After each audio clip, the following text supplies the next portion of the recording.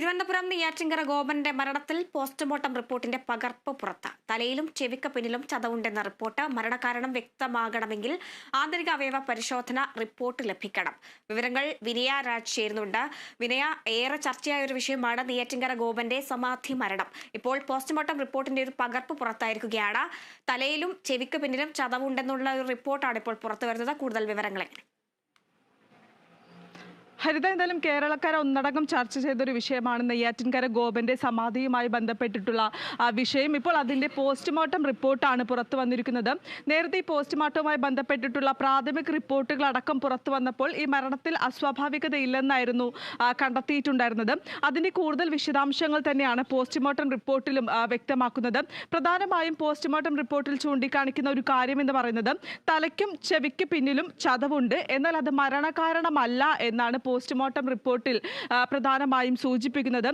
ഇനി കൂടുതൽ വിവരങ്ങൾ അറിയണമെങ്കിൽ, മരണത്തിന്റെ കാരണം അറിയണമെങ്കിൽ ഈ രാസപരിശോധന ഫലം പുറത്തു വന്നാൽ മാത്രമേ എന്താണ് മരണകാരണം എന്നതിൽ ഒരു വ്യക്തത വരികയുള്ളൂ എന്നാണ് പോസ്റ്റ്മോർട്ടം റിപ്പോർട്ടിൽ ചൂണ്ടിക്കാണിക്കുന്നത്. ഇതിനുവേണ്ടി തന്നെ ഈ ആന്തരികാവയവങ്ങളുടെ ഈ സാമ്പിളുകൾ അടക്കം തന്നെ ശേഖരിച്ചിട്ടുണ്ട്. രാസപരിശോധനയ്ക്ക് വേണ്ടി ഈ സാമ്പിളുകൾ അടക്കം തന്നെ ശേഖരിച്ചു വെച്ചിട്ടുണ്ട്. ഇനി അത് നൽകിയ ശേഷം അതിന്റെ റിപ്പോർട്ട് പുറത്തു വന്നതിന് ശേഷം മാത്രമായിരിക്കും എന്താണ് മരണകാരണം എന്നതിൽ ഒരു വ്യക്തത വരികയുള്ളൂ എന്നാണ് മനസ്സിലാക്കാൻ സാധിക്കുന്നത്. കൂടാതെ തന്നെ ശരീരത്തിന് പുറത്തു നിന്നും അകത്തു നിന്നുമായി തന്നെ ഒരു ചാരനിറത്തിലുള്ള പൊടി അടക്കം തന്നെ കണ്ടെത്തിയിരുന്നു. അതെല്ലാം തന്നെ ശേഖരിച്ചു വെച്ചിട്ടുണ്ട്. കൂടാതെ തന്നെ ശരീരത്തിലുണ്ടായിരുന്ന ഭസ്മം അടക്കം ശേഖരിച്ചു വെച്ചിട്ടുണ്ട്. അതെല്ലാം തന്നെ ഇനി രാസപരിശോധനയ്ക്കായി അയക്കുമെന്നാണ് പോസ്റ്റ്മോർട്ടം റിപ്പോർട്ടിൽ പ്രധാനമായും വ്യക്തമാക്കുന്ന ഒരു കാര്യം എന്ന് പറയുന്നത്. കൂടാതെ തന്നെ ഈ ഗോപൻ സ്വാമിയുടെ മക്കളും വ്യക്തമാക്കിയിരുന്ന ഒരു കാര്യം, ഈ സമാധിയാക്കിയ സമയത്ത് ഈ ഭസ്മത്തിൽ അല്ലെങ്കിൽ ഭസ്മം മൂടിക്കൊണ്ടായിരുന്നു ഈ സമാധിയാക്കിയത് എന്ന് ഈ ഗോപൻ സ്വാമിയുടെ മക്കൾ വ്യക്തമാക്കിയിരുന്നു. അതുകൊണ്ട് തന്നെ ഈ ഭസ്മം അടക്കം തന്നെ പരിശോധനാ ഫലത്തിനായി അയക്കുമെന്നാണ് മനസ്സിലാക്കാൻ സാധിക്കുന്നത്.